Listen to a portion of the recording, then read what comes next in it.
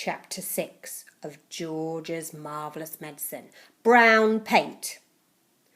George turned off the heat under the saucepan. He must leave plenty of time for it to cool down. When all the steam and froth had gone away, he peered into the giant pan to see what colour the great medicine now was. It was a deep and brilliant blue. "It needs more brown in it," George said. "It simply must be brown or she'll get suspicious." George ran outside and dashed into his father's tool shed where all the paints were kept. There was a row of cans on the shelf, all colours, black, green, red, pink, white and brown. He reached for the can of brown. The label said, "Simply dark brown, gloss paint, 1 quart." He took a screwdriver and prized off the lid. The can was 3/4 full. He rushed it back to the kitchen and he poured the whole lot into the saucepan. The saucepan was now full to the brim. Very gently, George stirred the paint into the mixture with the long wooden spoon. Aha! It was all turning brown. A lovely, rich, creamy brown.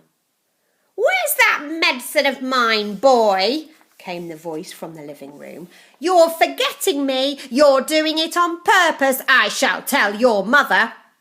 "I'm not forgetting you, Grandma," George called back. "I'm thinking of you all the time. But there are still 10 minutes to go." "You're a nasty little maggot," the voice screeched back. "You're a lazy and disobedient little worm and you're growing too fast."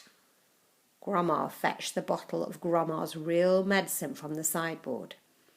He took out the cork and tipped it all down the sink. He then filled the bottle with his own magic mixture by dipping a small jug into the saucepan and using it as a pourer. He replaced the cork. Had it cooled down enough yet? Not quite. He held the bottle under the cold tap for a couple of minutes. The label came off in the wet, but that didn't matter.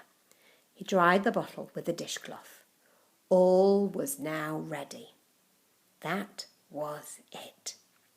The great moment had arrived. "Medicine time, Grandma," he called out. "I should hope so too," came the grumpy reply. The silver tablespoon in which the medicine was always given lay ready on the kitchen sideboard. George picked it up. Holding the spoon in one hand and the bottle in the other, he advanced into the living room.